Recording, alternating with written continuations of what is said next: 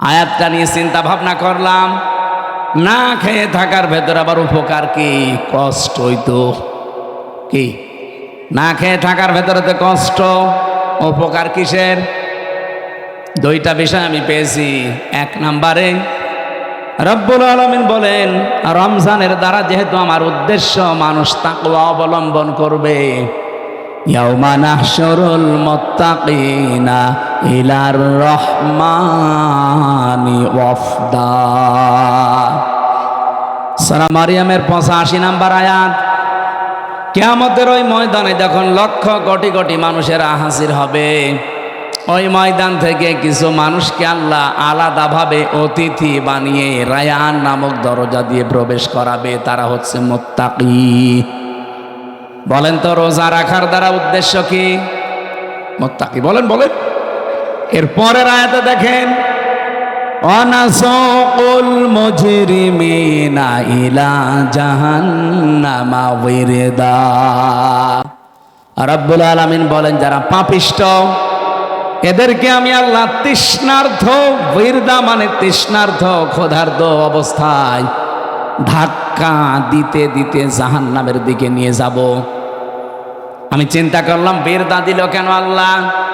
এমনিতেই ধাক্কা দেন, আমি জাহান্নামে পড়ে যাই, আবার আমাকে দুর্বল করবেন, তৃষ্ণার্ত করবেন, ক্ষুধার্ত অবস্থায় নিয়ে যাবেন কেন?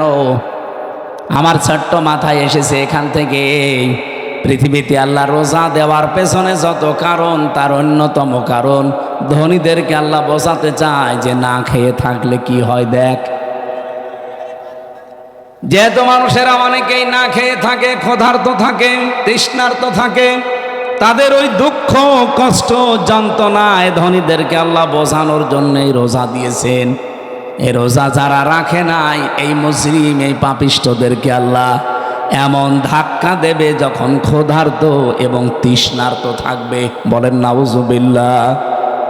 রোজা রাখার দ্বারা 3 নম্বরে উপকার যেটা, মানুষ যেহেতু মুত্তাকি হবে, দুনিয়ায় যেহেতু মুত্তাকিদের অনেক কষ্ট হয়, এই জন্যে মুত্তাকি মানুষগুলো শুধু চোখ বন্ধ করতে দেরি হবে। ওয়া উজলিফাতিল জান্নাতু লিল মুত্তাকিনা গায়রা বাঈদ। রব্বুল আলামিন বলেন, আমার মুত্তাকি বান্দাদের দুনিয়ার জীবন শেষ হলে ওদের আর কোনো কষ্ট নেই, এমনকি জান্নাতেও হেঁটে যাওয়া লাগবে না। উজলিফাত এ শাব্দিক অর্থ হচ্ছে নিকটবর্তী করে দেবে আল্লাহ। আপনাকে জান্নাত ডাক দিয়ে কাছে নিয়ে তারপরে ঢোকাবে, আপনাকে হেঁটে জান্নাতে যাওয়া লাগবে না। গায়রা বাঈদ, দূরে থাকবে না। জান্নাত আপনার একেবারে কাছাকাছি আল্লাহ পাক পৌঁছিয়ে দেবে। জান্নাতের নিয়ম হচ্ছে, জান্নাতের কোনো দরজা বন্ধ থাকে না। হাত্তা ইযা জাউহা ওয়া ফুতিহাত আবওয়াবুহা ওয়াকাল। এই আয়াতটা আমি জেলখানায় যেয়ে বুঝেছি। এর আগে আমি বহু তাফসির পড়েছি, আলেম যারা আছেন তাদেরকে বলছি। এবার আপনারা হয়তো এটা জেনেছেন কিনা আমার জানা নেই। জেলে যাবার পরে আয়াতটা আমার কাছে ক্লিয়ার হয়েছে এইভাবে, আল্লাহ পাক জাহান্নামের যত জায়গায় বর্ণনা দিয়েছেন কোরআনে, জাহান্নামের দরজাগুলো বন্ধ থাকবে এই কথা আছে। জাহান্নামের দরজা কি থাকে? সব বন্ধ থাকে সব সময়, 24 ঘন্টা অলওয়েজ। এইটা পেয়েছি আমি। হাত্তা ইযা জাউহা ফুতিহাত আবওয়াবুহা, এখানে মাঝখানে ওয়া নেই। আল্লাহ পাক বলেন, জাহান্নামের ফেরেশতারা যখন ধাক্কা দিতে দিতে ওকে জাহান্নামের গেটে নিয়ে যাবে, জাহান্নামের দরজা তো সব সময় বন্ধ থাকে। যিনি দারোয়ান ফেরেশতা আছে, মালিক দায়িত্বে, তিনি দরজা খুলে দেবে। প্রবেশ করার সঙ্গে সঙ্গে আবার দরজা আটক হয়ে যাবে। কিন্তু জান্নাতের দরজা কোনো সময় আল্লাহ বন্ধ রাখে না, 24 ঘন্টা ওপেন রেখে দেয়। এই মানুষগুলো যখন জান্নাত কাছে নিয়ে এসে আপনাকে প্রবেশ করাবে, জান্নাতের দরজা তো বন্ধ নেই, খোলাই থাকবে।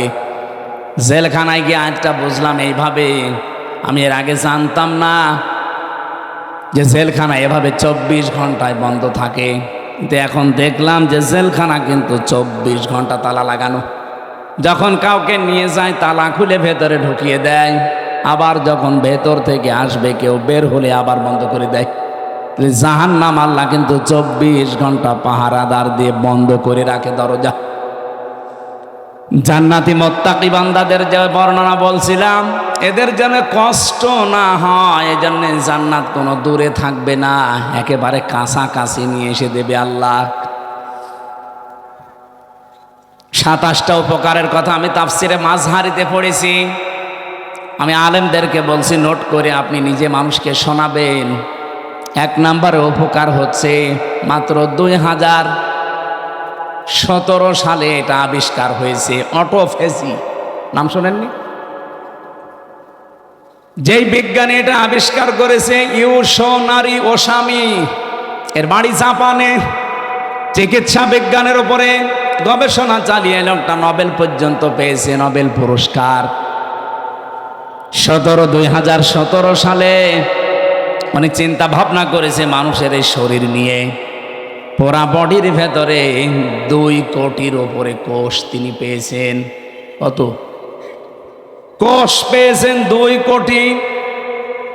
কিন্তু এই 11-12 মাসে একাধারে মানুষ যখন খাবার খেতেই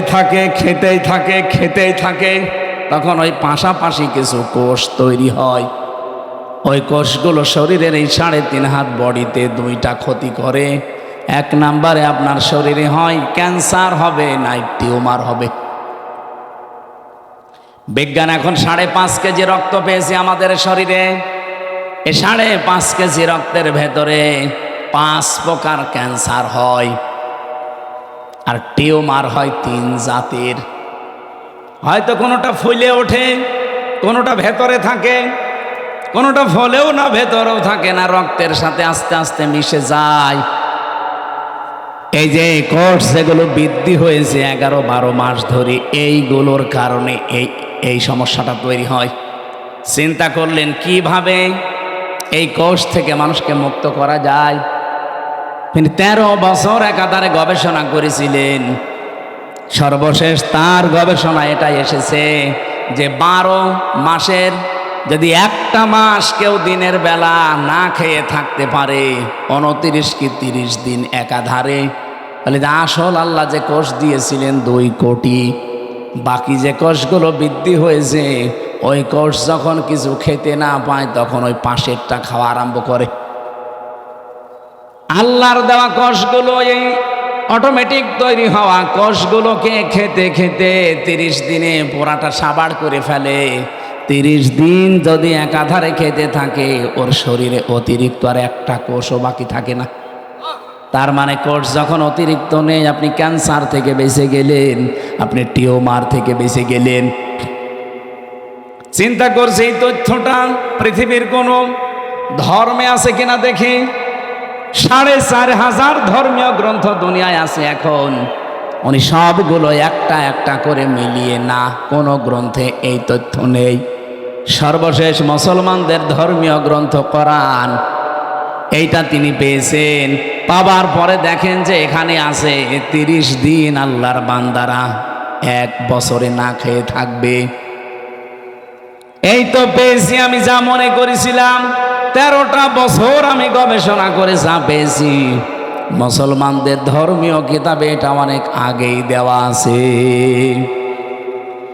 আল্লাহ পাক যে বলেন তাসামু খায়রুল লাকুম ইন কুনতুম তা'লামুন, অবশ্যই রোজা রাখলে তোমাদের উপকারী হবে যদি তোমরা এটা বুঝতে পারো।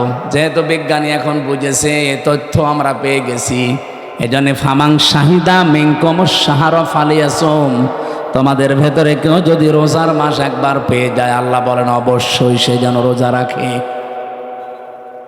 এটা কিন্তু গত বছর যারা আদায় করেছে এবছরে অনেকে কবরে চলে গেছে। এবছর আমরা যারা কালকে থেকে পেতে যাচ্ছি, হেলায় খেলায় নষ্ট করেন না, রোজাটা অবশ্যই আপনি রাখবেন। অনেক গরিব মানুষ আছে বলে হুজুর আমারও রোজা রাখা লাগবে, আমি ভ্যান চালাই। আরে বেটা, অভাবী মানুষের অভাব দূর করার জন্যই তো রোজা দরকার। কারণ রোজার দ্বারা আল্লাহ যেটা মানুষকে তৈরি করে দিতে চায় তার নাম কি? তাকওয়া। বলেন বলেন, আরো জোরে বলেন। কোরআনে কারিমের সূরা বাকারার 183 নম্বর আয়াত আমরা পড়েছিলাম। এদিকে তাকান। রাব্বুল আলামিন বলেন, ইয়া আইয়ুহাল্লাযীনা আমানু কুতিবা আলাইকুমুস সিয়াম। ওহে যারা ঈমানের দাবি করো তাদেরকে বলছি আমি কিন্তু রোজার বিধানটা লিখে দিলাম। কি করলাম? পৃথিবীর কোন বিধান আমি লিখে দিলাম এমন কথা কোরআনে আপনি পেয়েছেন? আরেকটা আছে, কুতিবা আলাইকুমুল কিসাস, কিসাসের বিধান লিখে দিলাম। কুতিবা আলাইকুমুল কিতাল, কিতালের বিধান আমি লিখে দিলাম। এই দুইটা ছাড়া পুরা কোরআনে আমি কোনো বিধান আল্লাহ লিখে দিয়েছেন পাইনি। হ্যাঁ পেয়েছি, ওগুলো আল্লাহ ফরজ করেছেন। এই জন্য সেখানে ফারদ ওয়াজ পাবেন, ফারদুন। কিন্তু রমজানের ব্যাপারে আল্লাহ কথা বলতে গিয়ে বলেন কুতিবা আলাইকুমুস সিয়াম, আমি কিন্তু লিখে দিলাম সিয়ামকে। আজকের এই জমিনটা যদি আমি সভাপতি সাহেবকে বলি যে স্যার আপনাকে আমি দিয়ে দিলাম, কোনো দাম আছে আমার এই কথার? বলেন বলেন। যদি এটা সই স্বাক্ষর করে দলিল করে স্ট্যাম্প করে বলি এই যে নেন, এ জমির দাম এখন 1 বিঘা 20 লাখ, এই কথা বলেন কেন? ব্যক্তি তো একই, আগে দিয়েছিলাম মুখে মুখে, এখন আমি দলিল করে লিখে সই স্বাক্ষর করে দিয়ে দিলাম, দাম হয়ে গেছে আকাশ আর পাতাল। আগেরটা কোনো মূল্যই ছিল না, পরেরটার মূল্য 20 লাখ। কথা বলেন ঠিক কিনা? রব্বুল আলামিন বলেন আমি রোজা তো তোমাদের জন্য ফরজ করেছি ফারদ ওয়াজ দিয়ে না, কাতাবা দিয়ে। আমি কিন্তু লিখে সই স্বাক্ষর করে দিয়েছি। এত দামি বিধান এটা আমি আল্লাহর কাছে। পৃথিবীর অন্যান্য বিধানগুলো আমি দুনিয়ায় নাজিল করেছি জিবরাইলকে দিয়ে, আর রোজাটা নাজিল হয়নি, এটা আমি আল্লাহ নিজে আমার রসুলকে আরো সে নিয়ে উপহার দিয়েছি। বিশ্বনবী মুহাম্মদ রাসূলুল্লাহ 50 ওয়াক্ত নামাজ পেয়েছিলেন। ভালো করে শুনবেন, আমি বলার জন্য বলছি, শোনার জন্য শুনবেন না, এখানে কিছু নেওয়া লাগবে। 50 ওয়াক্ত নামাজ পেলেন তিনি, 6 মাস রোজা পেলেন, আনন্দে আসছিলেন। প্রতিমধ্যে হযরতে মুসা নবীর সাথে দেখা। হযরতে মুসা ডাক দিয়ে বলেন, ইয়া রাসূলুল্লাহ আপনার মর্যাদা আমার চাইতে বেশি, কিন্তু অভিজ্ঞতা আপনার চাইতে আমার বেশি, কারণ দুনিয়ার জীবন আমি পার করে এসেছি। আপনি তো জানেন না বাস্তবতা কি। আপনার উম্মতের যে অবস্থা 60-70 বছরের বেশি ছাতা বাঁচে না, আর আমার উম্মত 1500 2000 বছর হায়াত পেয়েছে। ওরা পাহাড় কেটে বাড়ি বানিয়েছে, এত শক্তিশালী ছিল। একমাত্র একটা রোজা ছিল বছরে, আর একটা মাত্র নামাজ ছিল 1 ওয়াক্ত সারা দিনে। তাই আমার উম্মতরা পড়তো না। আর আপনার উম্মত এত ওয়াক্ত নামাজ দিয়েছে, 6 মাস রোজার আপনি আনন্দ করেন, পারবে না। আপনি যান আল্লাহকে একটু কমান। উনি 1 বার 2 বার 3 বার 4 বার 9 বার ফেরত পাঠিয়েছিলেন। প্রতিবার 5 ওয়াক্ত করে আল্লাহ কমিয়েছেন 5 নং 45 ওয়াক্ত। হযরতে মুসা বললেন না হবে না, আর একবার যান। বিশ্ব নবী বলেন, হে ভাই মুসা কি বলেন আপনি? আল্লাহ আমারে দিতে চান আর আপনি বলেন কমান, আমার লজ্জা করছে, আমি আজ যেতে পারবো না। আমার উম্মতের ব্যাপার আমি জানিও, পড়বে কি না পড়বে আমি দেখব, আমি আর যাব না। সঙ্গে সঙ্গে জিবরাইলকে ওই জায়গায় পাঠিয়ে দিয়েছিলেন। তখন তিনি 6ষ্ঠ আকাশে আছেন। রব্বুল আলামিনের ফেরেশতা জিবরাইল এসে বলে, ইয়া রাসূলুল্লাহ আল্লাহ আমাকে পাঠিয়েছেন 2টা বিষয় জানানোর জন্যে। 1 নম্বরে আল্লাহ যেহেতু সিদ্ধান্ত নিয়ে রায় দিয়েছেন, তাম্মাত কালিমাতু রাব্বিকা সিদকাও ওয়া আদলা লা মুবাদদিলা লিকালিমাতিহি ওয়া হুয়াস সামিউল আলিম। বলেন আল্লাহু আকবার। সূরা আনআম 115 নম্বর আয়াত। খুব ভালো করে খেয়াল করবেন, এখনই সেই শিক্ষাটা আসবে। এটা নিয়ে বাড়ি যাওয়া লাগবে, শুধু এসেছেন চলে যাবেন না। এই জন্য আমি মাহফিল করি না।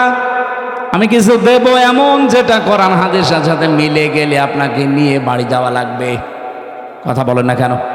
যদি এখানেই রেখে চলে যান তাহলে আপনার ওয়াজ শুনতে আসার দরকার কি? বলেন তো, বাড়ি নিয়ে যাবেন কি না? এই বাড়ি নিয়ে যাবেন না? আওয়াজ পাওয়া যাচ্ছে না। যাবেন? রব্বুল আলামিন এক নম্বরে বলেন আমার কোরআনে যত তথ্য আছে সব সত্য। 2 নম্বরে যত তথ্য আছে সব ইনসাফপূর্ণ। 3 নম্বরে আমার কথা কোনোদিন রদবদল হবে না, পরিবর্তন হবে না। আল্লাহর কথা যেহেতু পরিবর্তন নেই, আপনি বারবার এসেছিলেন, এই জন্য আপনার কনসিডারের কারণে আল্লাহ কমিয়ে দিয়েছেন। আল্লাহ যেহেতু ওটা লিখে ফেলেছেন একবার, ওটা আর পরিবর্তন রদবদল হয় না। আপনার উম্মতদেরকে বলে দেবেন, যদি তারা 5 ওয়াক্ত নামাজও সঠিকভাবে শিক্ষা নিয়ে পড়তে পারে, আর 1 মাস রোজা যদি হক আদায় করতে পারে, আল্লাহ পাক তাদেরকে 6 মাস রোজা রাখা 50 ওয়াক্ত নামাজ পড়ার সওয়াব দিয়ে দেবে। সেই উম্মত আমরা, সেই রোজা আমাদের সামনে। বগুড়াবাসী, এখান থেকে 3 নাম্বার যে কায়দাটা লা মুবাদ্দিলা লিকালিমাতি, যেটা জিবরাইল আলাদাভাবে শুনিয়েছেন, হে নবী আপনার শুধু কনসিডারের কারণে আল্লাহ কিন্তু কমিয়েছে, কিন্তু সওয়াব কমাবে না। যদি 5 ওয়াক্ত হক আদায় করে পড়তে পারে, রোজা রাখতে পারে, আমি আল্লাহ ওইটাই রাখবো যেটা আগে দিয়েছিলাম। কারণ আল্লাহর কথায় কোনো পরিবর্তন, জোরে বলা লাগবে, আল্লাহর কথায় কোনো পরিবর্তন। তো বাংলাদেশের এমন এমন রায় আমরা 15 বছরে দেখলাম যেটা পরিবর্তন অলরেডি হয়। এক কথা বলছে না কেন? এটিএম আজহারুল ইসলামের রায় দিয়েছিল যারা, শুনলাম নাকি কিয়ামত হয়ে গেলেও পাল্টাবে না, অথচ 3 দিন আগেই পাল্টিয়ে গেছে। এখন কিন্তু মঞ্জুর হয়েছে, উনি রিভিউ করতে পারবে, উনি শুনানি করতে পারবে। তার মানে এতদিন যা রায় ছিল বোঝা যাচ্ছে এগুলো সব মিথ্যা। আমার মনে হয় এই সালাউদ্দিন কাদের চৌধুরী, মাওলানা মতিউর রহমান নিজামী, এই মানুষগুলো যদি এখন বেঁচে থাকতেন, আর যদি আগস্টের 5 তারিখের পরে যে পরিবর্তন দেখতে পাচ্ছি, ওনাদেরটাও এখন খারিজ হয়ে যেত, এখন আবার ওনাদের জামিন মঞ্জুর করানো যেত। হ্যাঁ, কিছু বদনসিব মানুষ আছে যাদের ভাগ্য খারাপ, এই মানুষগুলো এখন আরম্ভ করেছে এই 25 তারিখের পর থেকে যে না, ওনার সাজা হয়ে গেছে, ওনার মঞ্জুর করা ঠিক হয়নি। সাজা হয়ে গেলে যদি তার এটা আপিল ডিভিশনে মঞ্জুর করা ঠিক না হয়, তারেক জিয়া সাহেবের 9 বছর সাজা হয়েছিল, তার স্ত্রীর 3 বছর সাজা হয়েছিল। এই কথা বলছে না কেন? খালেদা জিয়ার 6 বছর সাজা হয়েছিল। কেন তাদেরকে সাজা থেকে মুক্ত করে মুক্ত জীবনে তাদেরকে ফিরিয়ে দেওয়া হবে? ওনাদের মামলা ইনাদের মামলা, সাজা তো সবারই এক। আপনি কেন পক্ষপাতিত্ব করেন? এই কথা যদি কেউ বলে, আল্লাহর অভিশাপ তার উপরে, তার বিবেক বুদ্ধি সব মারা গেছে। সালাউদ্দিন কাদের চৌধুরী চট্টগ্রামের, উনি বেঁচে থাকলে এখন মুক্ত জীবনে ফিরে আসতে পারতেন। আমার যতটুকু বাস্তবতায় ধারণা, হাসিনার আমলে 15.5 বছরে যারাই মিথ্যা মামলা, মিথ্যা সাক্ষীর কারণে জীবন নষ্ট হয়েছে, কোনো বিচার লাগবে না, কোনো রায় লাগবে না, সব ছেড়ে দেওয়া লাগবে। কিসের বিচার? ও তো সব বানিয়ে বিচার করেছিল। নয়তো খালেদা জিয়ার নামে যে মামলা দিয়েছে, আপনি বলেন তো, এতিমের টাকা আত্মসাৎ করা মামলা, এই টাকা আরো 6 ডবল বৃদ্ধি হয়েছে, তারও নোবেল দেওয়া দরকার, আর তারে আরো 6 বছর জেলে দিয়েছে। এগুলো কেন দিয়েছে? এক কাপড়ে তারে বাড়ি থেকে বের করে তারে 6 বছর জেলে, এমনকি এই কঠিন অবস্থায় তারে ফেলে রাখা ট্রাক দিয়ে বাড়ির সামনে, সবগুলো হাসিনার শুধু রাগের বহিঃপ্রকাশ। ও কিন্তু অলরেডি বলেও ফেলেছে যে আমি ওই বাড়ি থেকে খালেদাকে তাড়িয়ে দেব, একবার নিয়ত করেছিলাম, সেই নিয়ত উনি দেখালো। ম্যাডাম ওই দিন এক কাপড়ে বের হয়েছে, কান্নাকাটি করেছিল, তামাম দুনিয়া কেঁদেছে তার কান্না দেখে। অথচ এখনো পর্যন্ত অনেক মানুষ বলছে না ওগুলো সব ভুলে গেছি, বাবা শাহজালাল সব হালাল। হালাল করবেন? হালাল করে কি হয়েছে ইতিহাসে 54 বছরের দিকে তাকান, কি হয়েছে আপনি টের পাচ্ছেন? 75 সাল থেকে শুরু করে আপনি তাকান, যাদেরকে এভাবে হালাল করেছেন তারা কি বাঁশটা দিয়েছে। বাঁশ দেওয়ার সময় তো একটু চেঁচে ঝুলিয়ে দেয়, তাও দেয়নি, পুরাটাই দিয়েছে। এখন যদি আবার সব হালাল করে নেন, এমন বাঁশ দেবে না জীবনে বাপ বলার সময় পাবেন না। সুতরাং আল্লাহ যখন অলরেডি একটু সময় করে দিয়েছে, একটু দেখার চেষ্টা করেন বাংলাদেশে আল্লাহর বিধানটা কায়েম হলে কেমন দেখা যায়। সবই তো দেখলাম, কিছুই তো হয়নি। দল মত নির্বিশেষে এটা করা দরকার না? 50 ওয়াক্ত নামাজ দিয়েছিল, 50 ওয়াক্ত নামাজ শুধু পড়ার জন্য আল্লাহ দেয়নি, বলেছিল নামাজ কায়েম করবা। এই জন্য পড়া কোরআন শরীফের ভেতরে এক জায়গায় আছে মাত্র নামাজ পড়ার কথা। কয় জায়গায়? কোন জায়গায়? ফাসল্লি রব্বিকা, ফাসল্লি পর্যন্ত ঠিক আছে। বাংলাদেশে বহু মানুষ নামাজ পড়ে, কি করে? হয়তো লোক দেখানোর জন্যে, ভোট পাওয়ার জন্যে, অথবা মানুষ যেন বলে যে না লোকটা নামাজি, এই জন্যে। কথা বলে না কেন? কিন্তু এর পরের শব্দ কি? ফাসল্লি রব্বিকা। শুধু নামাজ পড়লেও হবে না, রবের জন্য পড়া লাগবে। আর যারা রবের জন্য নামাজ একবার আরম্ভ করে, আপনি দেখবেন তামাম দুনিয়া একদিকে, তার নামাজ আপনি বাদ দিতে পারবেন না।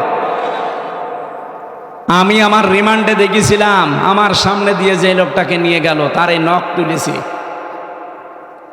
বলছিল যে হামজা ভাই, আমাকেও নিয়ে গিয়েছিল ওই মেশিনগুলো দেখাতে, আমার তোলেনি কিন্তু নিয়েছি। ডিম আমাকেও দেখিয়েছি। এরকম একটা চেয়ারে বসিয়ে দেয়, হাতের সাথে পায়ের সাথে বেল লাগিয়ে দেয়, গলার সাথে একটা ক্লিপ লাগিয়ে দেয়, মাথায় একটা কালো কাপড় দিয়ে একটা শর্ট একটা সুইচ টিপ দেয়, এক টিপে 120 বার ঘুরে। আপনি টের পাচ্ছেন 120 বার 1 মিনিটে? 1 সেকেন্ডে কয়বার হয় চিন্তা করতে পারেন? আপনি ঘুরে দেখান তো। এতটুকু যদি ছেড়ে দেয় যে ভাই যা তোরে আমি একবারে 2-4 বার একটু শর্ট দিলাম, চলে যা, না, এবার এমন একটা মেশিন নিয়ে আসে, এই হাতের সাথে পায়ের সাথে একেবারে খাপ খাওয়ানো, শুধু আপনার এখানে ধরবে, একবার টিপ দেবে, সব নখগুলো খুলে চলে যাবে। আর নখ খুলে গেলেই ফিনকি দিয়ে রক্ত বের হয়। আপনি নখ খুলে দেখেন কি রক্ত বের হয়। রক্ত যেই ফিনকি দিয়ে বের হবে তখন পাতলা মিহি যে লবণ, এটা ছিটিয়ে দেয়। বলতেই যদি আমার এমন লাগে, আমি নিজে ফেস করে আসলাম, কত বড় কঠিন ছিল বলেন তো। আপনি একটু নিজেকে কোনোদিন আয়না ঘরের সামনে দাঁড় করান যে ব্যারিস্টার আরমান 8 বছর ছিল ওই ঘরটায়, এদিকে 3.5 হাত, এদিকে 1.5 হাত, সামনে টয়লেট দেওয়া, যার কোনো দরজা নেই, কোনো দেওয়াল নেই, ওদের সামনে বসে টয়লেট করা লাগবে। আমি নিজে করেছি। জেলখানায় তো তাও অন্তত 1-1.5 হাত টয়লেটের দরজা দেওয়া আছে, আর ওখানে কোনো দরজা নেই, আবার পার সাথে চেন বাঁধা থাকে। আপনি কতক্ষণ থাকতে পারবেন এইভাবে? 2 দিন, 5 দিন, 7 দিন?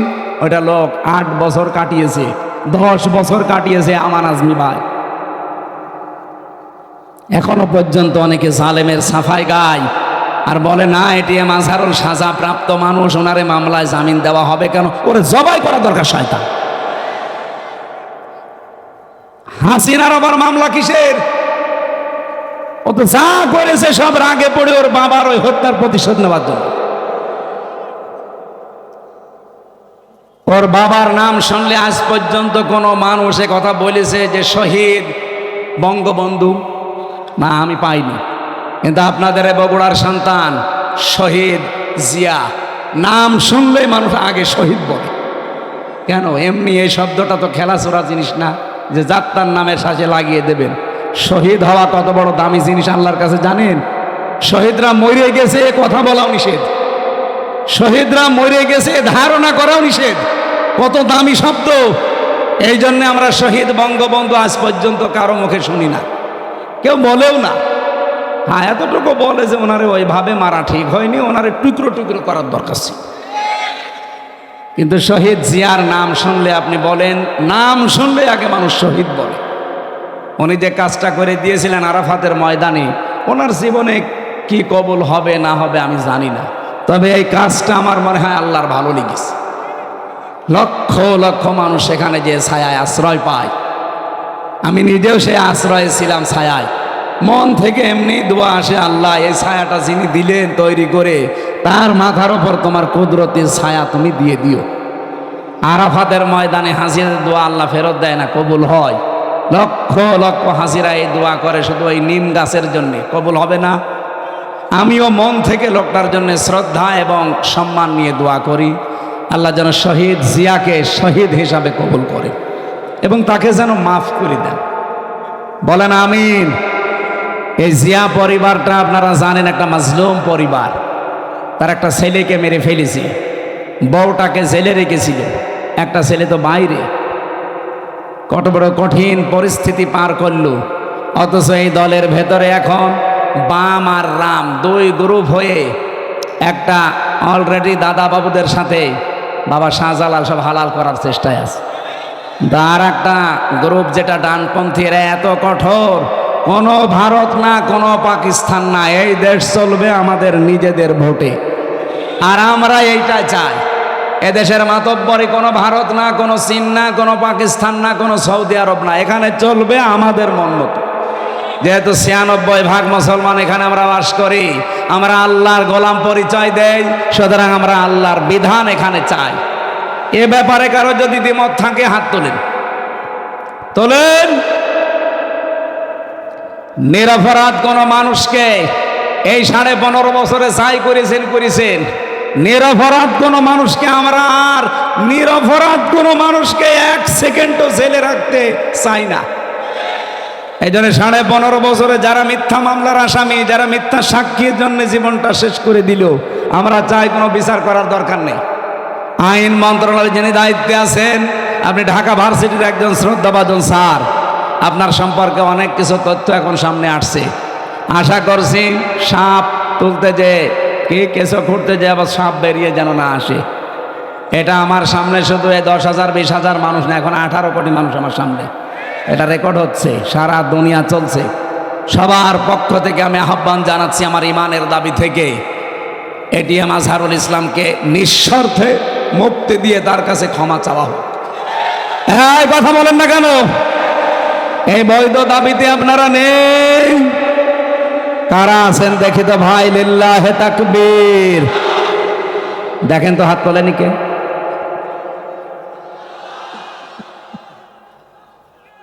আলহামদুলিল্লাহ।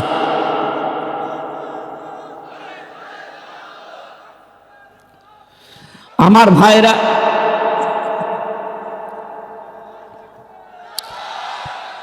আমি কিছু রাখবে না সামা, আমি কথা তুলেছিলাম লা মুবাদ্দিলা লিকালিমাতিহি, আল্লাহর কালামের কোনো পরিবর্তন নেই। বাংলাদেশের কালামগুলো যে পরিবর্তন এখন হয়ে গেল, এটার দ্বারা আজ আন্তর্জাতিক যে বিচার ব্যবস্থা আছে কি আপনি বলেন, সারা বিশ্ব থেকে দেখেন ধিক্কার আসবে। এই যে বানানো বিচার ব্যবস্থা, ট্রাইব্যুনাল, সবগুলো একজনের আদেশে চলেছে, আর ওনাকে আদেশ দিয়েছে ওনার দাদারা। কথা বলেন না কেন? কি মান থাকলো দেশের? আমাদের দেশটা ডুবিয়ে ফেলেছে একেবারে।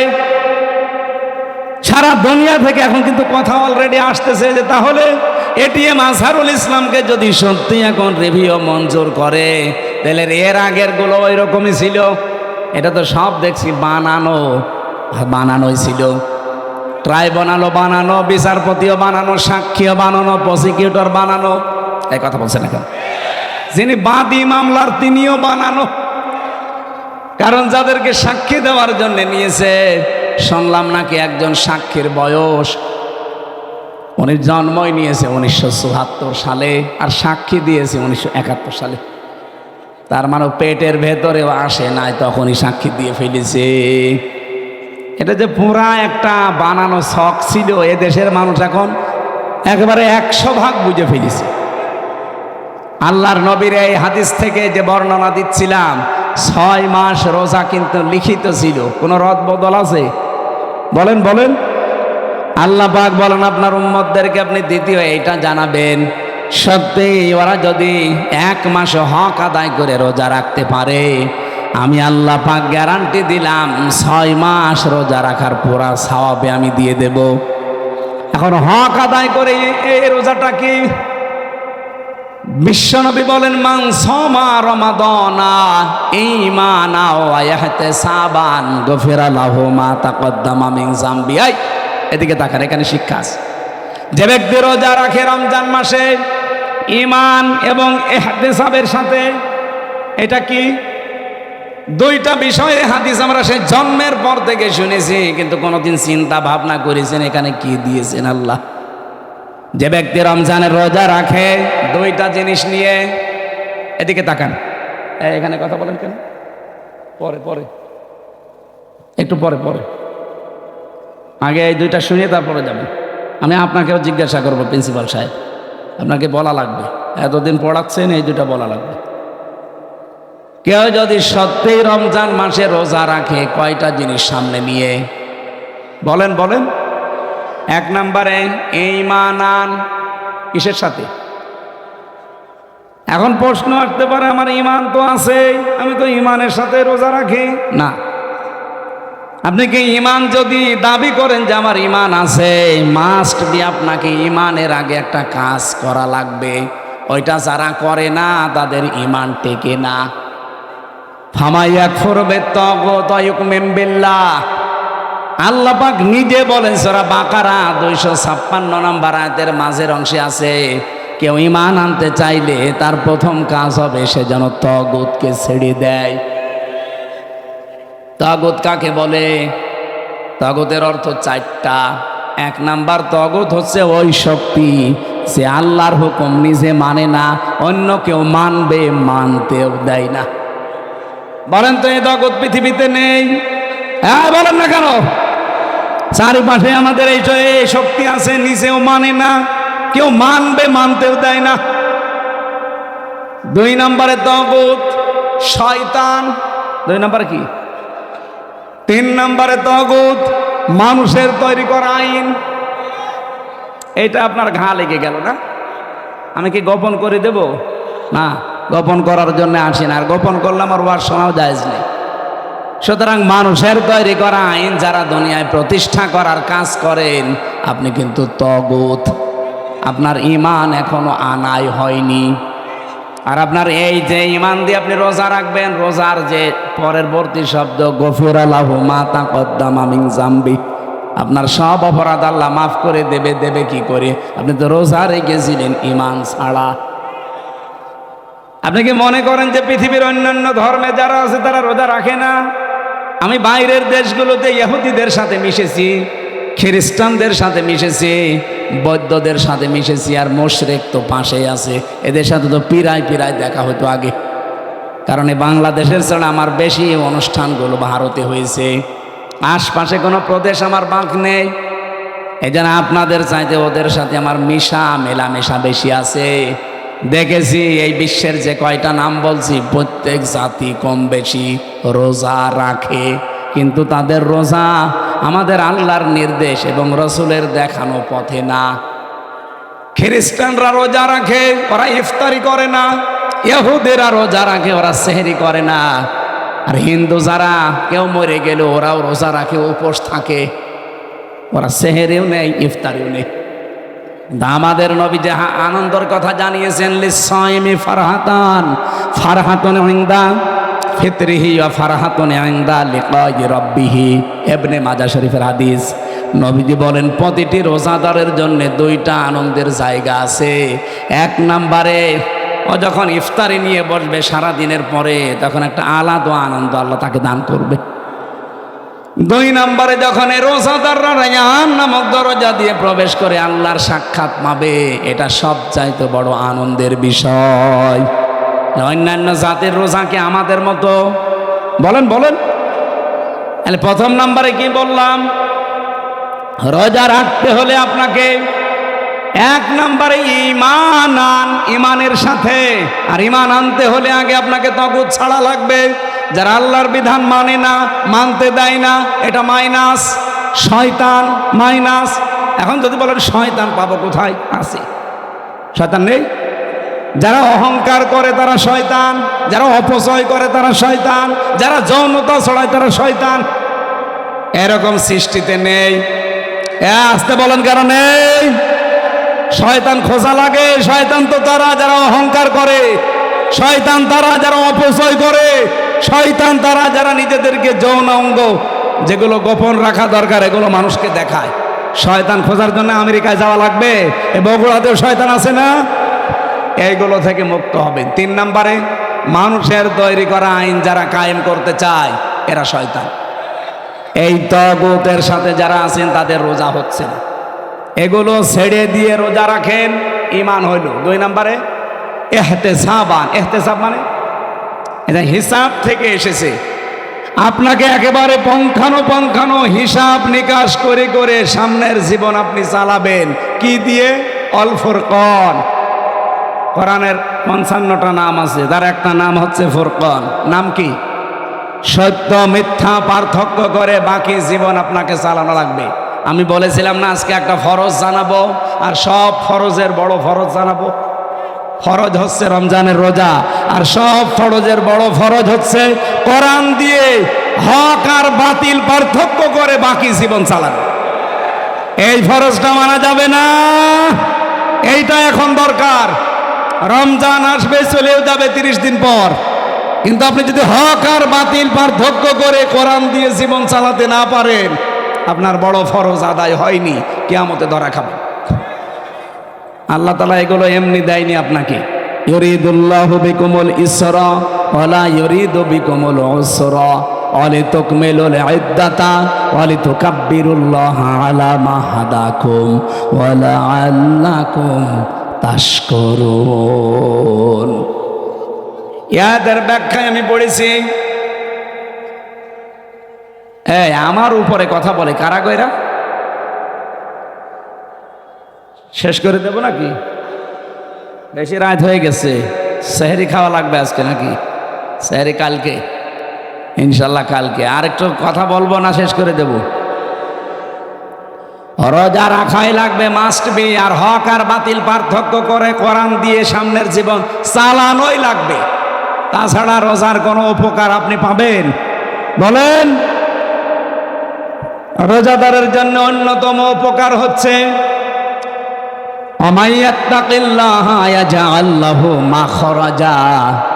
রব্বুল আলামিন বলেন, যদি রোজা রাখার দ্বারা মানুষ তাকওয়া অবলম্বন করে, এমন জায়গা থেকে আমি আল্লাহ তার রিস্কের ব্যবস্থা করি যার ধারণাও সে কোনোদিন করে নাই। আমি এরকম প্রায় 33টা বিষয় পেয়েছি আয়াতের। যারা রোজা রাখার দ্বারা তাকওয়া অবলম্বন করবে তাদের তো 27টা উপকার হবে দুনিয়া আখেরাত মিলে। আর 33টার ভেতরে 1 নম্বরে হচ্ছে এমন জায়গা থেকে আল্লাহ তাকে বিপদে পড়লে সাহায্য পাঠাবে, ওর ধারণাও ছিল না যে এই জায়গা থেকে সাহায্য আসতে পারে। 1 নম্বরে পেয়েছি হযরত ইউসুফ আলাইহিস সালামের নাম। এটা সূরা ইউসুফে 12 নম্বর পারা 17 নম্বর পৃষ্ঠার 1 নম্বর লাইনের 23 নম্বর আয়াতে পাবেন। ওয়ারাওয়াদাতুহু আল্লাতী হুয়া ফি বাইতিহা আন নাফসিহি ওয়া গাল্লাকাতিল আবওয়াবা ওয়া ক্বালাত হাইতালাক। রব্বুল আলামিন বলেন, যে মহিলার ঘরে হযরত ইউসুফ ছিলেন, ও কিন্তু তাকে ফাঁসলিয়ে নিয়ে গেছে 7 তলা বিল্ডিংয়ের উপরে। 7টা দরজায় তালা লাগিয়েছে, নিজের কাপড় চোপড় সবগুলো খুলেছে, আর ডাক দিয়েছে, ওয়াকালাত হাই তালাক, আমার দিকে আসো। হযরতে ইউসুফ প্রথমে তিনি বললেন, ক্বালা মাআযাল্লাহ ইন্নাহু রাব্বি আহসানা মাসওয়ায়া ইন্নাহু লা ইউফলিহুজ জালিমুন। আল্লাহর সাহায্য চাই, আমার রব। এখানে রব বলতে আমার যিনি দায়িত্বে আছেন, আপনার স্বামী আজিজে মিসর, এই লোকটা আমার দায়িত্বশীল, তার আমানত আপনি। আমি আপনার খেয়ানত করতে পারি না। ইন্নাহু লা ইউফলিহুজ জালিমুন।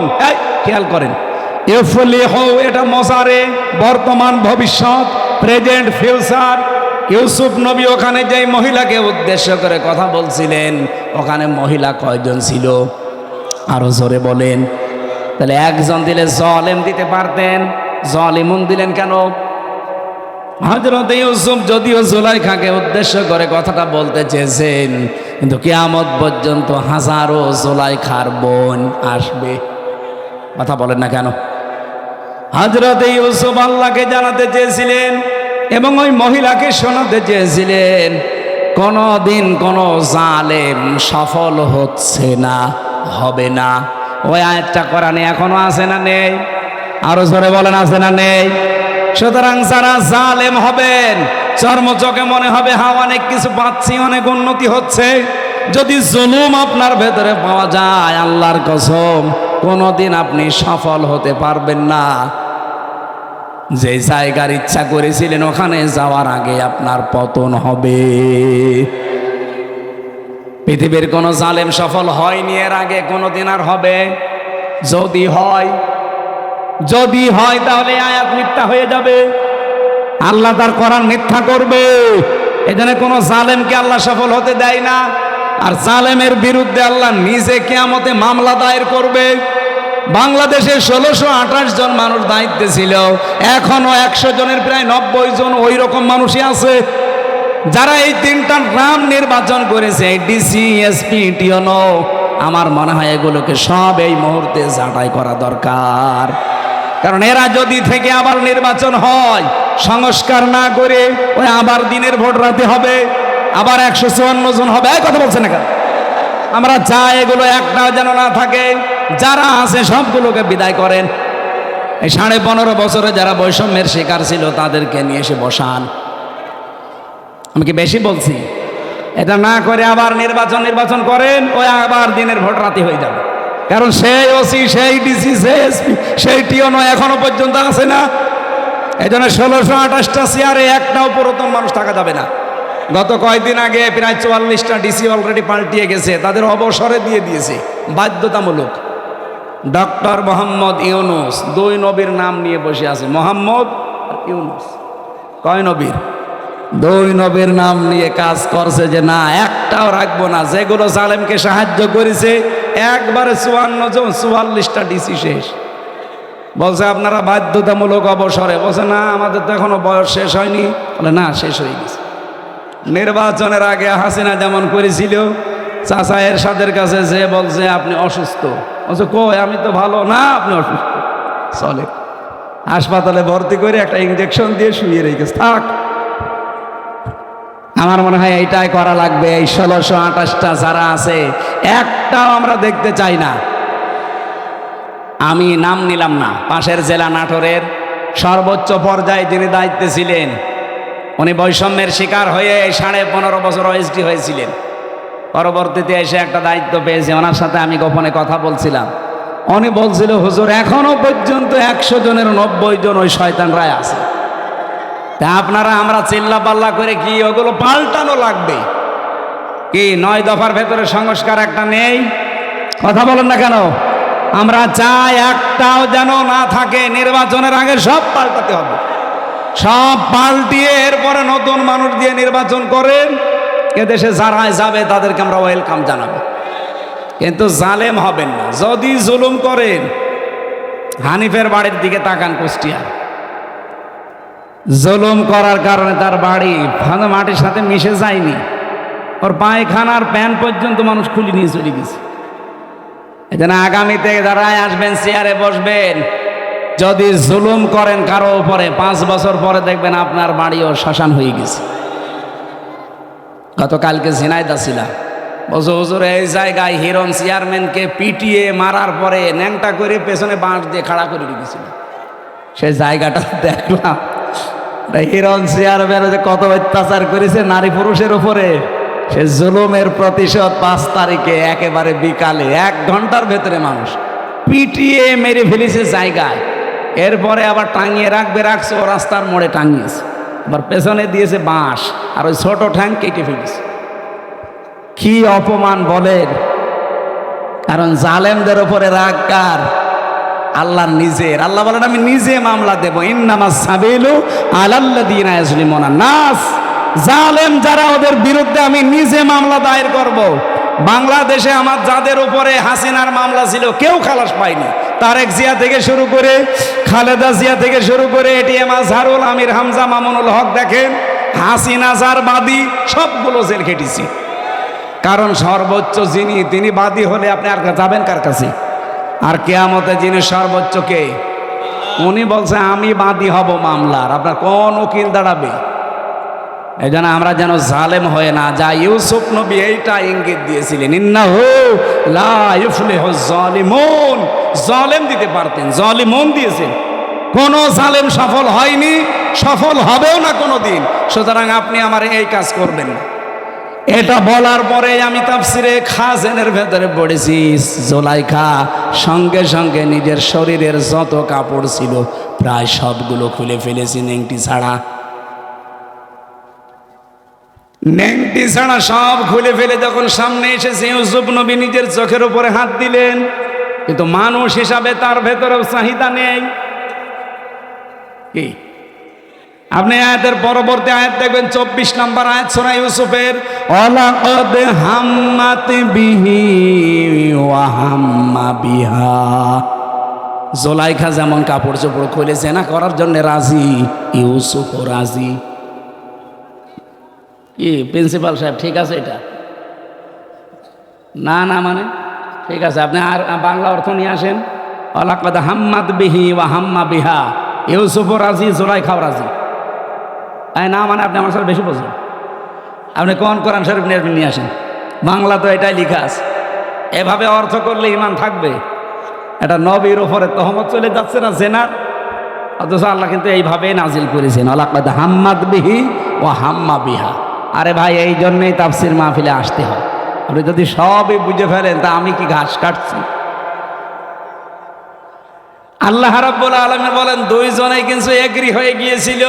এখানে একজন পুরুষ, ওয়ালাকাদ হাম্মাত মহিলার শব্দ আল্লাহ দিয়েছেন মুআন্নাস, ওয়ালাকাদ হাম্মাত বিহি ওয়া হাম্মা বিহা এটা মহিলা।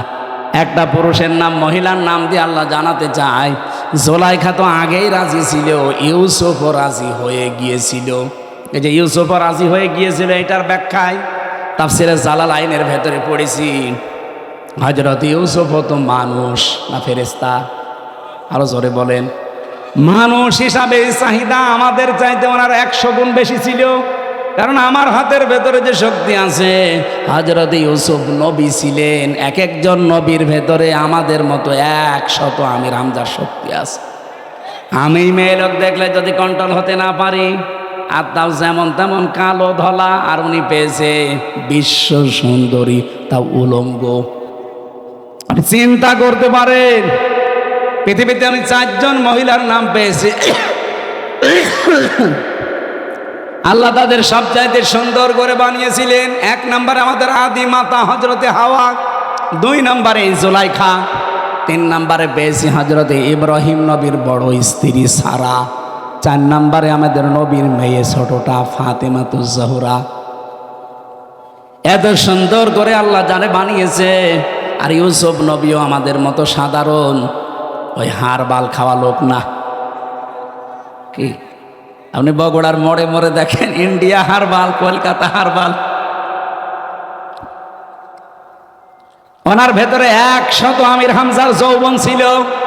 চিন্তা করা যায় কত কঠিন পরিস্থিতি পার করছেন। এই জন্য আল্লাহ বলেন হাম্মাত বিহি ওয়া হাম্মা বিহা। জুলাইখা যেমন রাজি আগে থেকে, ইউসুফ রাজি হয়ে গিয়েছিল। লাউলা আর বুরহান রব্বি, যদি তার রব তাকে কিছু দলিল আর প্রমাণ না দেখাতেন।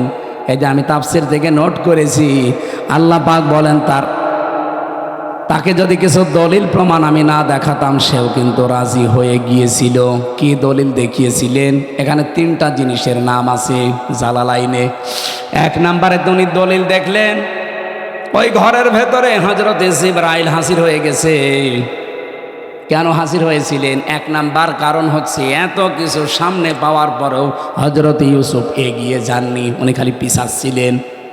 আর জুলাইখা এগিয়ে যাচ্ছিল।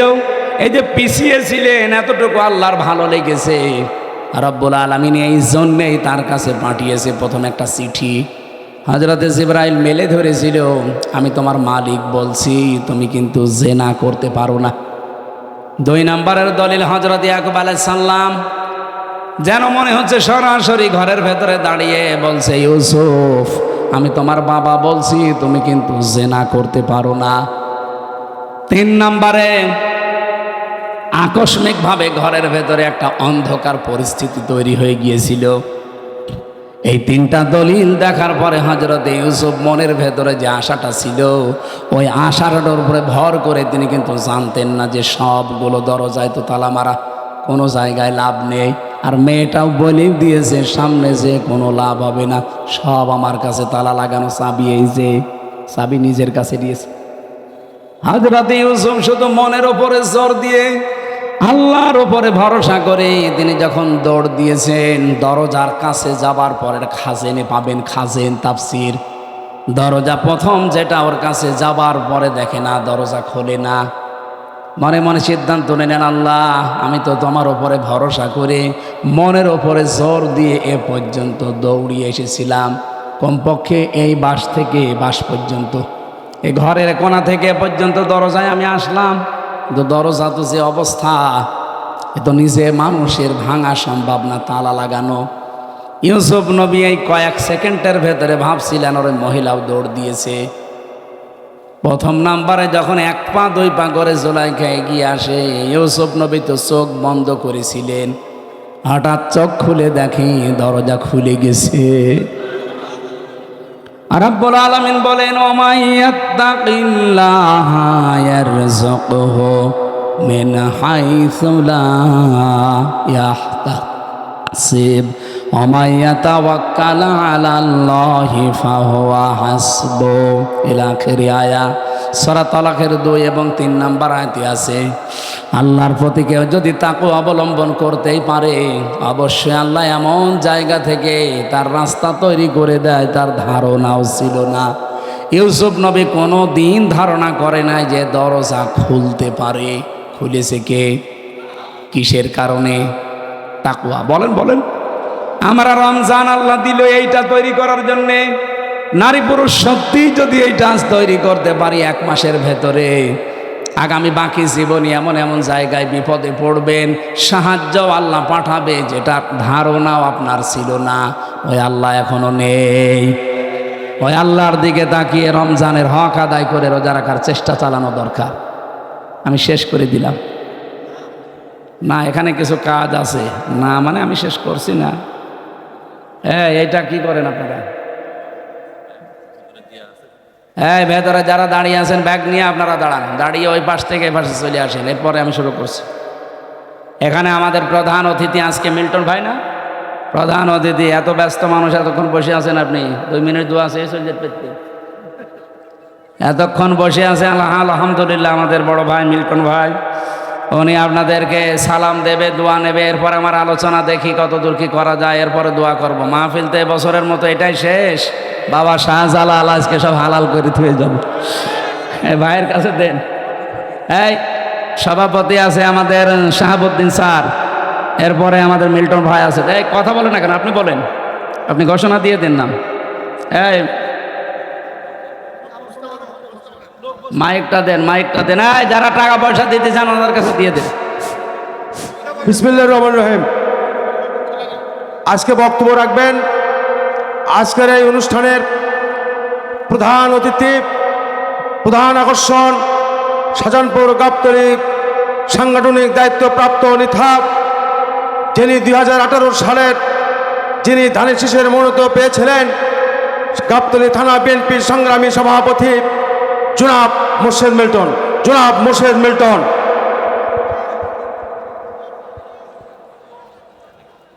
একটু তাড়াতাড়ি সালাম দেন।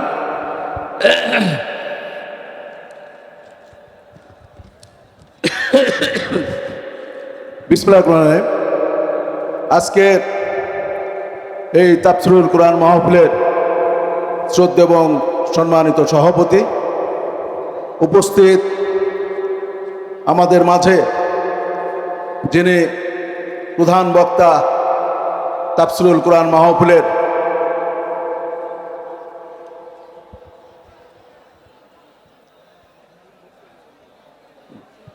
উনি আমির হামজা। প্রধান বক্তা, উনি অত্যন্ত কোরআন হাদিসের ওপর অত্যন্ত আপনাদের সুন্দর আলোচনা করেছে। উনি হযরত মোহাম্মদ আমির হামজা সাহেব, উনি গত কয়েক মাস আগেও গাবতলীতে তাফসিরুল কোরআন মাহফিল করেছিল। উপস্থিত এই মাদ্রাসার প্রিন্সিপাল সাহেব, উপস্থিত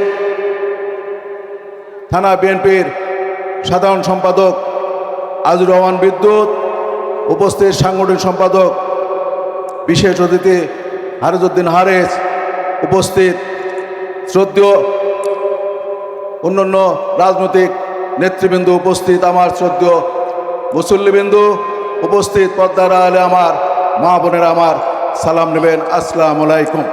সালাম। তো আজকে যার আপনারা কোরআন হাদিসের উপর যে আলোচনা শুনলেন, সে অত্যন্ত সুন্দরভাবে, বিশেষ করে আগামীকাল থেকে আমাদের তারাবি পড়তে হবে এবং রমজান মাস শুরু হবে এবং আমাদের রমজান মাস পালন করতে হবে, সিয়াম সাধনার মাস পালন করতে হবে, রোজা রাখতে হবে। সেই রমজান মাসের ওপর সে অত্যন্ত সুন্দর আলোচনা করেছে। সেই আলোচনাগুলো আপনারা অবশ্যই পালন করবেন।